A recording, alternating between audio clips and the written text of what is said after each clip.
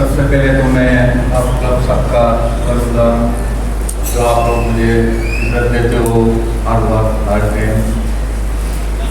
और दूसरी बात, शकील भाई ने कहा जब FDR का उसका मसला चल रहा था, पूरी कराची बंद हो रही थी, उस टाइम पे शकील भाई ने मुझे कांटेक्ट किया था रात के 12 बजे और दूसरे दिन इन लोग पोस्ट लगा देते बैठे हुए थे। तो मुझे कहा गया कि रमजान भाई अगर अपन गवर्नर के साथ बैठ के अगर कोई मीटिंग हो सकती है तो मैंने कहा मुझे 5 मिनट का नहीं। और दूसरे दिन इतवार का दिन था जबकि सारा बंद होता है। मैंने उसी टाइम पे गवर्नर से बात की रात को। उन्होंने कहा रमजान भाई जैसे आप बोलो। मैंने इनको बोला भाई आप तैयार हो जाओ, कल हमारी 3 बजे मीटिंग है, आप लोग जो आना चाहते हैं आ जाए। और उस वक्त कराची के अंदर ये हाल था कि जिस दुकान पे जाए जब जाए जिसको चाहे उठा जाए, सील लगा जाए, किसी के गोदामों में सील लगा जाते थे। ये शख्स था और आपकी टिम्बर मार्केट के बहुत अच्छे अच्छे लोग थे सारे, वो सब साथ में थे। और उन्होंने कहा कि रमजान भाई इसका मसले का हल, तो मतलब हम बैठ जाते हैं गवर्नर के पास, वो भी एक ताकत होती है। तो हम उसको शपथ देती जो है, जो इस सब टीम का बड़ा है, उसके साथ भी बात कर रही है।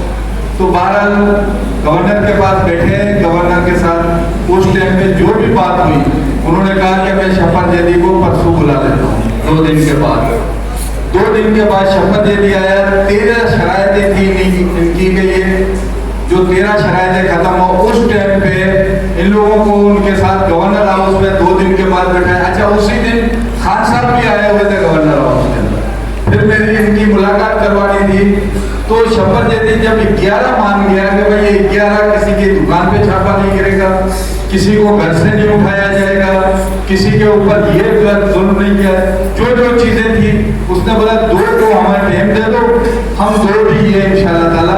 क्योंकि गवर्नर ने कहा, मैंने कहा ये सब बिजनेसमैन लोग हैं, ये कारोबारी लोग हैं।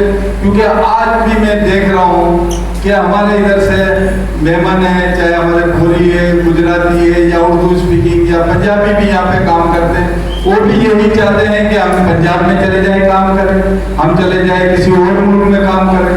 जब हमको काम नहीं करने देंगे तो ये मुल्क कैसे चलेगा।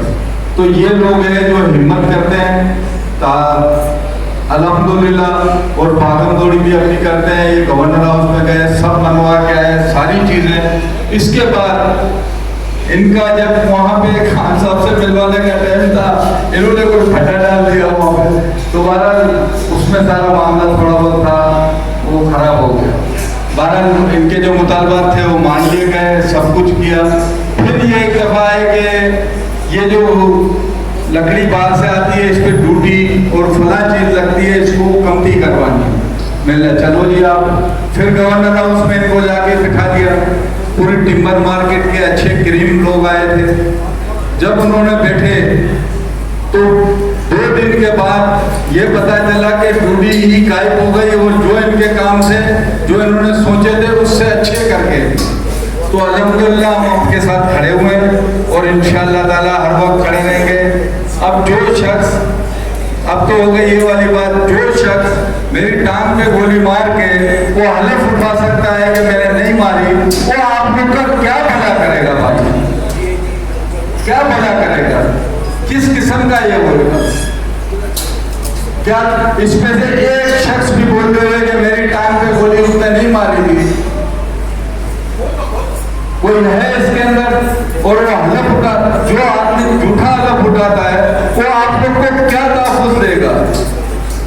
मैं अभी इधर ही खड़ा हुआ था तो किसी ने मुझे कहा, भारत जो भी है, कि पहले तो पर्ची उर्दू में लिखी आती थी, अब अगर ये बन गए तो टाइपिंग होके आएगी।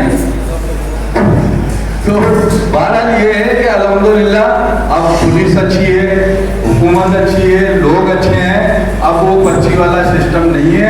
आप किसी से मत डरो, आप अपना वोट अपने ईमान से दो, अपने सच्चे लोगों को दो, चोर बेईमान गलत लोगों को वोट मत दें। अस्सलाम वालेकुम।